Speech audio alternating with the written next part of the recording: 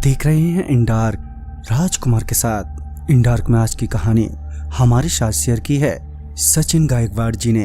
तो सबसे पहले सचिन जी, आपका बहुत बहुत धन्यवाद अपनी कहानी हमारे साथ शेयर करने के लिए। दोस्तों, अगर आपके पास भी ऐसी कोई कहानियां हैं तो हमारे साथ जरूर शेयर करें। हमारे इंस्टाग्राम आईडी पर, इंस्टाग्राम आईडी है network_33, जिसका लिंक नीचे डिस्क्रिप्शन बॉक्स में दिया गया है। तो चलिए बढ़ते हैं आज की कहानी की ओर। सचिन जी बताते हैं कि ये बात साल 1990 की है। वो महाराष्ट्र के नांदेड़ जिले में रहा करते थे। उनके पिताजी वहीं के हुजूर साहिब रेलवे स्टेशन पर एक रिक्शा चालक का काम करते थे। वो अक्सर सवारियों को रेलवे स्टेशन से लाते और ले जाते। उन दोनों आज की तरह यातायात के लिए बस, टैक्सी या फिर कैब ऑटो जैसी सुविधाएं ज्यादा नहीं हुआ करती थीं। ज्यादातर लोग थोड़ी दूरी के लिए रिक्शा का ही इस्तेमाल करते थे। चूंकि रेलवे स्टेशन पर आने वाले मुसाफिरों को ज्यादातर आसपास ही जाना होता था, तो पापा रेलवे स्टेशन से ही सवारी लेते थे। उन दोनों हमारी आर्थिक स्थिति कुछ ठीक नहीं थी, जिस वजह से पापा सुबह से देर रात तक काम करते थे। ऐसे ही वो एक सुबह रिक्शा लेकर रेलवे स्टेशन के लिए निकले, मगर दिन ढलते ढलते उनकी कुछ खास कमाई नहीं हो पाई। अब काफी रात हो गई थी। पापा बस एक आखिरी ट्रेन का ही वेट कर रहे थे, जो रात के 1 बजे की थी। जब रात के 1 बजे तो पता चला कि ट्रेन 1:30 बजे आएगी। पापा ने एक पल को सोचा कि घर लौट जाता हूँ, वैसे भी काफी रात हो गई है। मगर आधे घंटे को सोचकर वो रुक गए।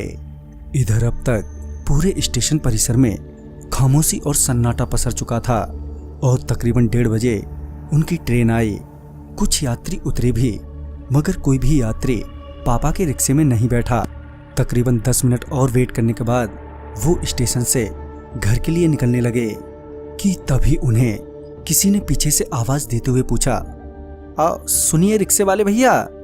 जब पापा ने पीछे पलटकर देखा तो उन्होंने पाया कि एक औरत बुर्का पहने हुए खड़ी है, जो उनसे भाग्यनगर जाने की बात कर रही है।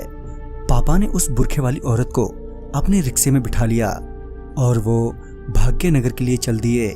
कुछ देर बाद पापा ने उस औरत से पूछा, मैडम जी, भाग्यनगर में आपको कहाँ जाना है? मगर पापा के सवाल का उस औरत ने कोई जवाब नहीं दिया। पापा ने एक बार फिर उस औरत से पूछा, बताइए ना मैडम, कहाँ जाना है आपको भाग्यनगर में? मगर फिर भी कोई जवाब नहीं मिला। जब उन्होंने पीछे पलटकर सीट पर देखा तो वहां कोई नहीं थी। ये देखकर पापा हक्के बक्के रह गए। अचानक ही उनकी दिल की धड़कनें बहुत ही तेज हो गई और वो जोर जोर से पैडल मारने लगे। मगर उनके लगातार पैडल मारने के बावजूद उनका रिक्शा थोड़ा भी आगे नहीं बढ़ रहा था, मानो कोई बहुत ही भारी चीज उनके रिक्शे में रखी हो। पापा की हालत खराब हो चुकी थी और उन्हें कुछ समझ नहीं आ रहा था कि तभी वहां से गुजरती हुई पुलिस जीप कुछ आगे जाकर रुकी और फिर वो पुलिस वाले उस जीप से निकले। जब उन पुलिस वालों ने पापा से पूछा, हाँ भाई, क्या कर रहे हो इतनी रात के यहाँ पर? तो पापा उनकी बातों का जवाब देने के बजाय अभी भी पैडल ही मारे जा रहे थे और तो और जोर जोर से हाँफ रहे थे।